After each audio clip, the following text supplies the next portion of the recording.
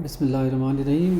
Well, dear students, today we are going to start the unit number 11, that is the poem Harvest Hymn by Metzman. And actually, he expresses deep gratitude to God for the harvest and prosperity granted to humanity.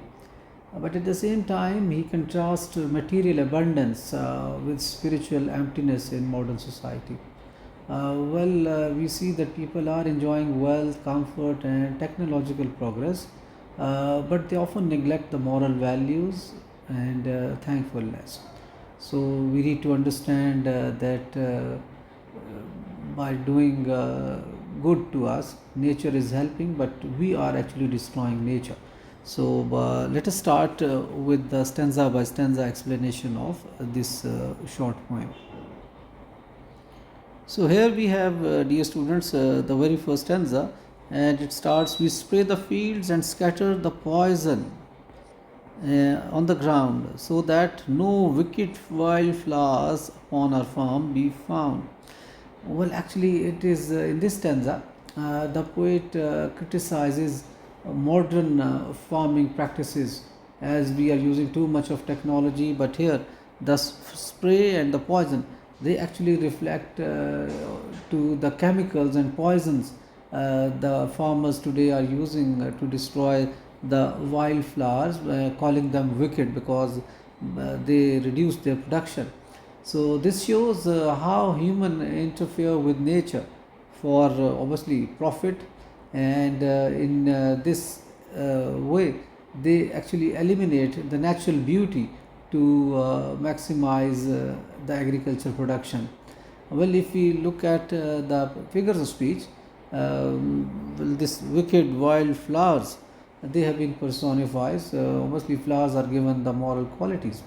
And irony is, wildflowers are naturally harmless, yet they are called wicked. So there is use of irony as well, and there is use of alliteration as well when he says wild flowers. So there is a repetition. So the alliteration is also there.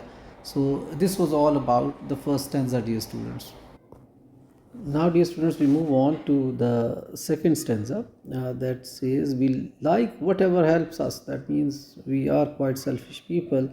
To line our purse with pence, that means we want to have a full purse with big amounts, and that we are quite used to the facilities of modern days, the 24-hour broiler house and neat electric fence. So we need all sorts of facilities, and just to have the whole meaning of the stanza, so this stanza actually highlights human greed and materialism. The people value anything that increase their income, such as modern poultry farms and electric fences, and profit is shown as more important than anything like ethics or values or traditions or environment. So we are least bothered about what we are damaging. We just want to have our profit maximized and our purse full. So in this second stanza, we have first of all a metaphor.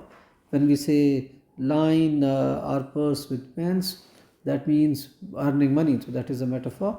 And then we have the symbols like electric fence, which actually symbolizes control and industrialization. And again, there is in the second line we have purse with pence. So there is an alliteration being used, that is the repetition of sound P. So this is the explanation of the second stanza, dear students. Well, now we move on to the third stanza, and it says, "All concrete sheds around us." That actually shows the big houses, the concrete houses, and Jaguars, that is the name of a very luxurious car.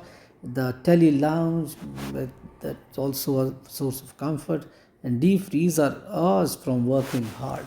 So here actually the poet contrasts material comfort with the natural simplicity.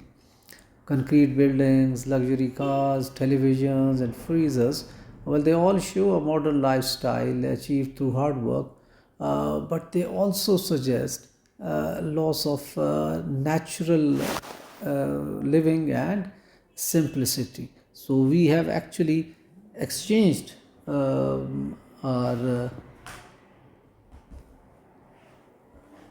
lifestyle with the comforts of the new era, and we have lost in the way our simplicity and nature. In this stanza, dear students, the figures of speech, well, we have first of all jaguars, that symbolizes wealth and status. Then we have irony. Comfort is gained at the cost of nature. When we say we have worked hard and earned that. And then the imagery is there, the visual images like the concrete sheds, jaguars in the yard, tele lounge, referees. So they are all visual images of the modern living. So that is how, dear students, you can have explanation of stanza number 3. Now we see the stanza number 4, which says, "We fight the fields for harvest, and the hedges swell the flame, the oak trees and the cottages from which our fathers came." So here actually the poet describes destructive farming methods like burning the fields, and in this process he says the hedges and oak trees and old cottages, well, they're all symbols of heritage and ancestry. They've all been destroyed, and this reflects how modernization just cleans or erases history and traditions. So the poet is actually lamenting about the destructive harvesting or the farming techniques these days. As far as the figures of speech are concerned, well, the imagery, definitely the visual, when we say the fire or flames, and then trees and cottages. So that is the visual imagery. Symbolism, oak trees and cottages, well, actually, they symbolize the traditions and the roots or the ancestry. And metaphor, actually, fire. In the first line, we may say that it is actually representing the reckless destruction. So that is the use of metaphor. So that is how you need to understand the stanza number 4, dear students. Now we have the fifth stanza, and it says, "We give no compensation, the earth is ours today. And if we lose the arable, the bungalows will pay." Well, actually, this stanza exposes human arrogance and definitely the exploitation of the earth, because we are not ready to give anything back to the earth, and we believe we claim the ownership of the earth, and but yet we feel no responsibility for the compensation or the damages we are doing. And even if fertile land is lost, that if we lose the arable, that means the fertile land, well, the people believe that selling land for housing, well, definitely that will bring profit. So this is the trend all over the world, that very fertile good land which was used for harvesting or agriculture, they are now being sold for the housing. Obviously that is a need of the day, but we should spare the fertile land for the housing. So, but as we have already been saying, that people are materialistic, so they just want to earn money no matter how, from where it comes.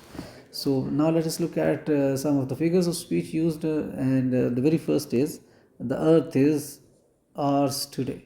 That means that the earth is being personified as a thing, entity.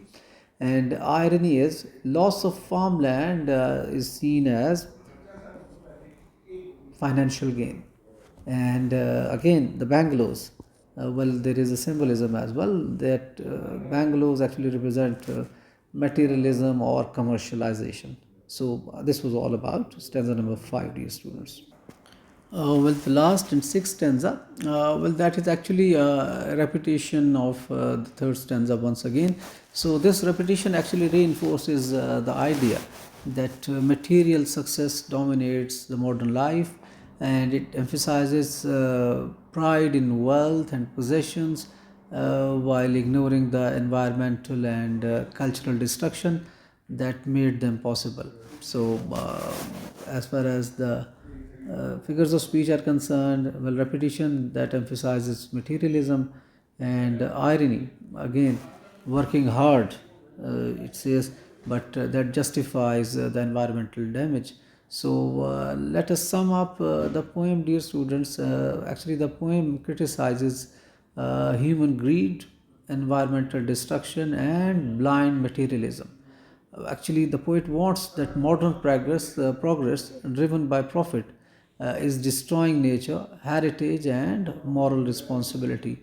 So, what we need to understand or learn from this poem is that obviously this progress or development is part of the human nature and it is a natural process, but we should not damage the natural environment that are passed on to us from our previous generations, so that we may hand our next generation the earth which is safe, which is clean, and which is environmentally feasible to live. So with that, dear students, I hope you would have understood the meaning of the poem. Thank you very much for today's session.